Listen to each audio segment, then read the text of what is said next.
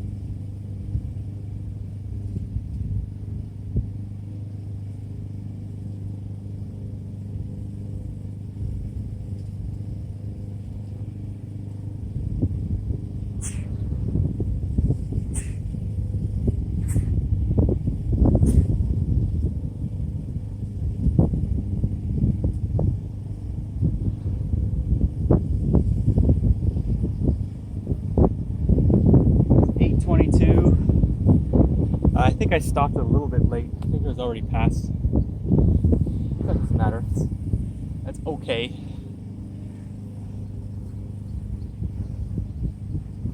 Relative to me. I mean, I've been a bit faster in other years. I've 110 yards under 12 seconds a couple of times, which for me, I mean, no official sprint training, nothing. Like I didn't get into all that stuff until I was in my 30s. Not sure how many years exactly now, but I've been training outside, doing sprints in the summer for a while. But it's just all relative to your individual goals.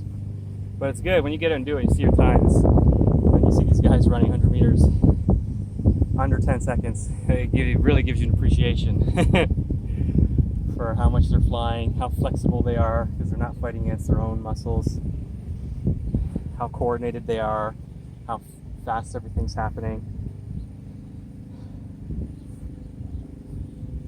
Anyways.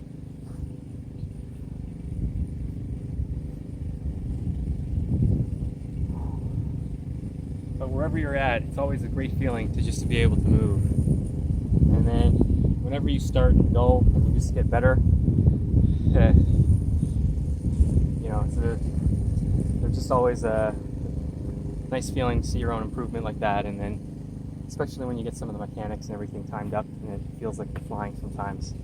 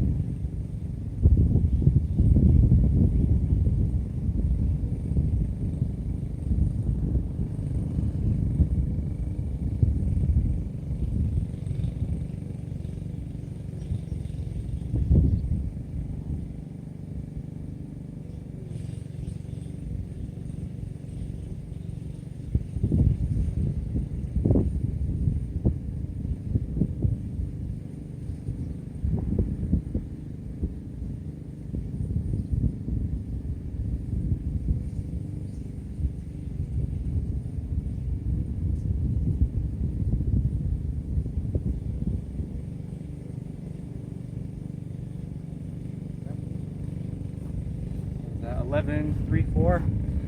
So you can see, right, I want to get my 70 under 8 seconds and the 100 under 11.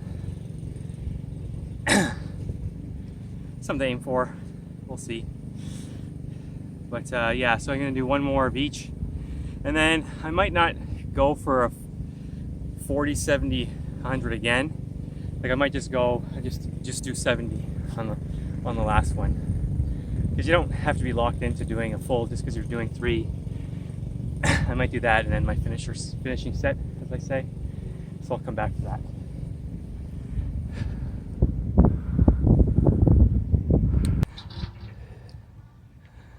All right. So I did 7. So I did 40, 71, 40, 71, then another 70. That second round were all my fastest times. 4:96, 8:09, and 11:25. And I thought I'll just do one more 70. And I slowed down a bit. I didn't have my form. It was pretty good, but not. Could have had a little more. So I know it starts to little form and technique things. For me, it's well, for everybody, it comes into play.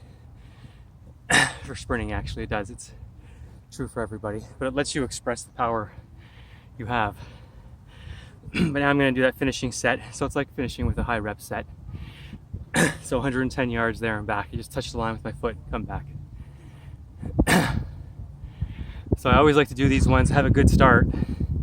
Like don't mess up your start, do the fastest possible start, but then you're not quite going 100% like your sprint pace, because you couldn't. But you still want to have a really good start and then keep up as best you can. Ooh.